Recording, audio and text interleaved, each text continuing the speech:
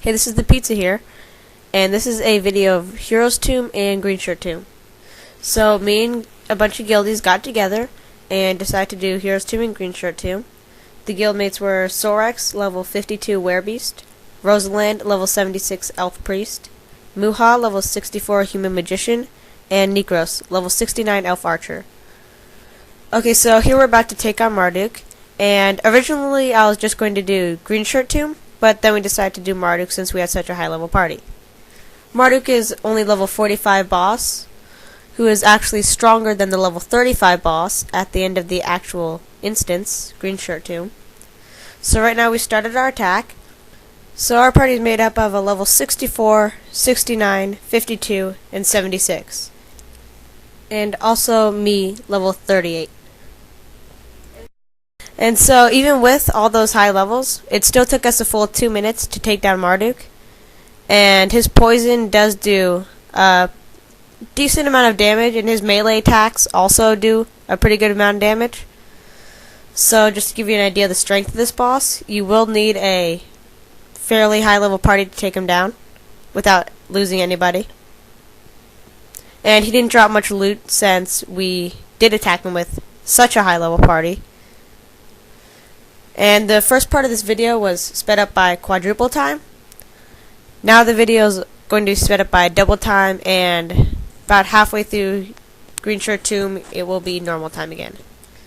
Okay, so now we just waited for everyone to get here to begin our raid on Green Shirt Tomb. And now that everyone is here, we began our raid.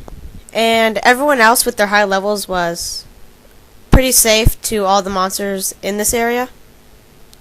And I was really the only one who was in danger of being killed by anything. However, I did get a little aggressive at times and nearly died once when I got down to 150 health. So the video will go to normal time very shortly.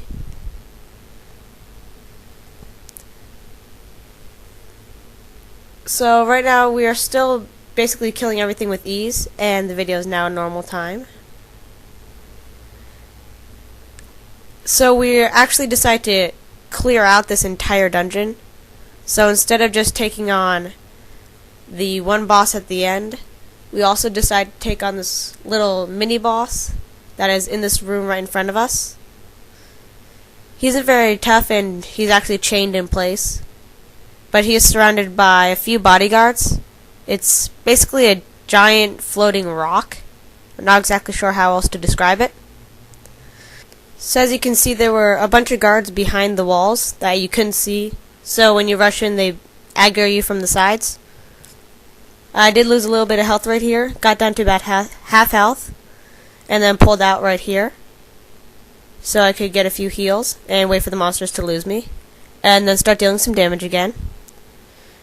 Now I really didn't gain that much experience from this raid because all the monsters did die pretty quickly, and I wasn't able to deal much damage in that amount of time. So I only gained like 0.3% experience, so it wasn't much for me. But it was still really fun.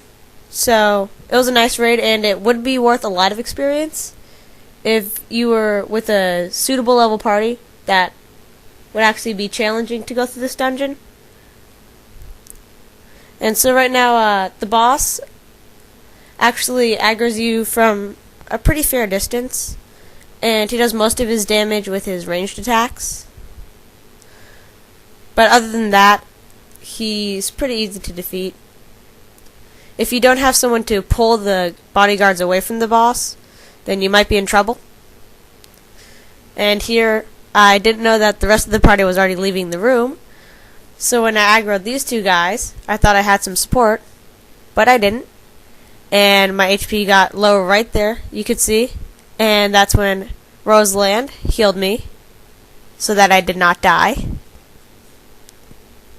So now we turned around and headed back on the main course through Green Shirt Tomb. And the next hallway up ahead is blocked by two groups of enemies that are designed so that if you aggro one, you aggro them all. However, we got around this design by using a technique to pull the middle enemy and then leave the 2 wildfire guards at the side to attack us at once, because no matter what you do, they will both attack at the same time. So as you can see, even though we attack from range, they both begin to attack. So we use the same technique to pull both of the groups in this area of the hallway, and then around the corner there's actually a third group, and that one we just rushed in and killed. I would advise a more cautious approach for groups who do not have level 60, 50, 70s. So for those of you with groups level 40s and low level 50s, I would definitely be more cautious while going through this final area.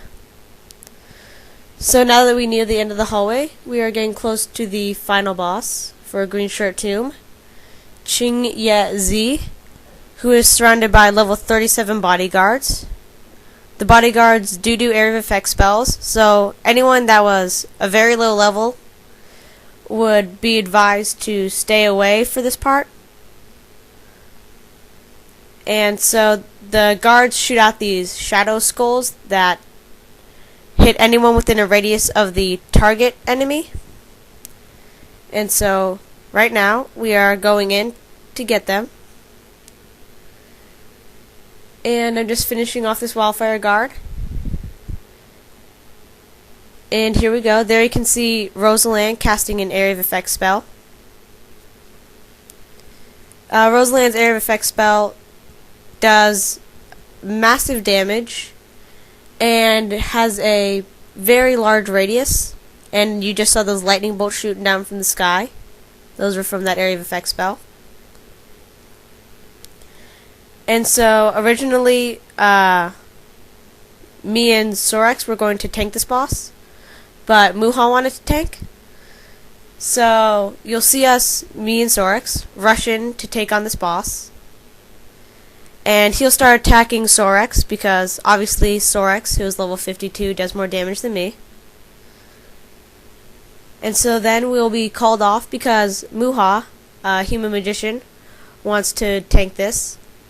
Now normally a human magician would not tank this boss because it would usually result in death.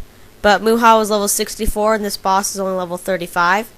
So it's very easy for Muha to tank. And so now me and Sorex pull away and let Muha start to get all the damage. And once the boss is locked on to Muha, me and Sorex rush back in, and then we start to deal more damage. And we make sure we don't deal too much damage and get the boss off of Muha. So right now this boss is using its ranged attacks on Muha in the distance, while me and Sorex go at it with our melee. And Rosalind is healing all of us, making sure we don't die. So this boss is actually quite difficult for people who just get the quest, because you get the quest to kill this boss at level 28 or 29. I'm not entirely sure. And so, since this is a level 35 boss, killing him at level 28 or 29 would actually pose a problem for most people. So to take on this dungeon, you probably want a party with an average level of a minimum of 45. The party should have anywhere from 4 on up people in it. So now, Ching Ye Zhi is almost dead.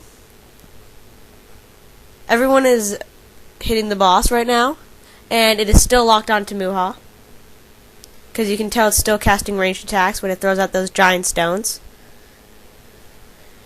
Now, even though I did kill 2 bosses, there was not any real good loot dropped because of the high levels in the party. So that's the only minus of having really high level people in your party, is you don't get any good loot. So that was just a run through of Hero's Tomb and Green Shirt Tomb. I would like to send a shout out to Valor Guild for all the help they've given me. Thanks for watching.